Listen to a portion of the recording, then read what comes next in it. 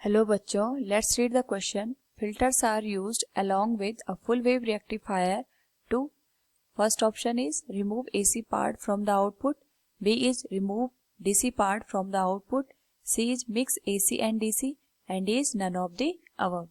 Now, first of all, we will discuss here the key concept, which is working of filter. तो अगर हम बात करें यहाँ पे जो फुल वेव रेक्टिफायर होता है, फुल वेव रेक्टिफायर या फिर हाफ वेव रेक्टिफायर यहाँ पे एसी को डीसी में चेंज करने का काम करते हैं. लेकिन यहाँ पे अगर हम फुल वेव रेक्टिफायर की बात करें, उस पर्टिकुलर केस में ये सप्लाई गिवन होती है, it is connected to a transformer और ये ज़्यादातर स्टेप डाउन ट्रांसफार्मर होता है. यहाँ पे हम अगर सेंट्रल टेप ट्रांसफार्मर की बात करें, it is used with load और यहाँ पे दो डायोड यूज किए जाते हैं, D1 एंड D2. नाउ इनका कनेक्शन यहाँ पे लोड के साथ बनाया जाता है. हम यहाँ पे इनपुट और आउटपुट वेवफॉर्म की बात करेंगे. It will look like this. ये हो गया इनपुट.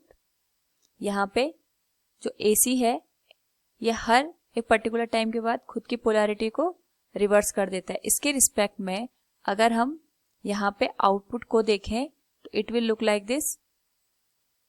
तो यहाँ पे जो आउटपुट बनेगा ये पल्सेटिंग नेचर का होता है, यानी यहाँ पे जो हमें आउटपुट मिलता है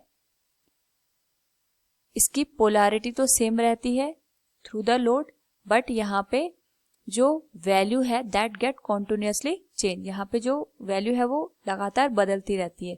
तो इस पर्टिकुलर केस में हम यहाँ पे जो मेन फुल वेव या हाफ वेव रेक्टिफायर होता है उसके साथ यहाँ पे फिल्टर का यूज करते हैं.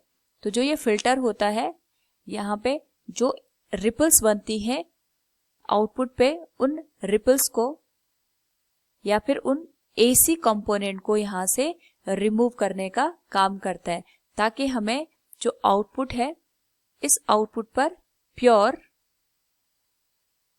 DC वैल्यू मिल पाए. So we can say from the question, filters are used along with a full wave rectifier to remove AC part from the output. Option A will be the correct answer. Hope all you understood it. Thank you and best of luck.